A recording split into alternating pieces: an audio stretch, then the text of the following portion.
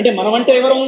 మనమంటే అత్యున్నత స్థాయిలో ఇవాళ 5.5 సంవత్సరాలు bachelor of naturopathy yogic science కోర్సులు చేసినటువంటి వాళ్ళు సంవత్సరానికి ఒక 100-150 మన తెలుగు వాళ్ళ బయటకు వచ్చేస్తున్నారు. వాళ్ళంతా మన టీం, మన లీడర్స్ వాళ్ళు, మన పిల్లలు వాళ్ళు.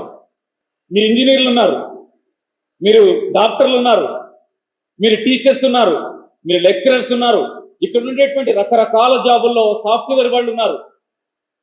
ఇంతమంది వాళ్ళ సైన్యం మనం, ఇంతమంది వాళ్ళ సైన్యం మనం.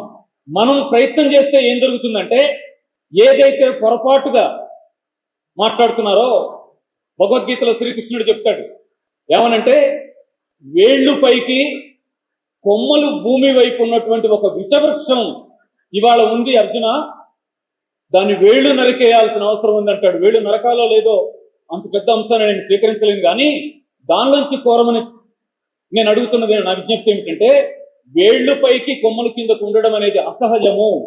ఇవాళ ఎంత క్లియర్గా అవును వేళ్ళు పైకే ఉంటాయి, కొమ్మలు కిందకే ఉంటాయి, చిన్నప్పటి నుంచి చూస్తున్నాను కాబట్టి చెట్టు ఎలా ఉంటుందని అడిగితే కొమ్మలు కిందకు ఉంటాయి, వేళ్ళు పైకి ఉంటాయని నేను చెప్పొచ్చు.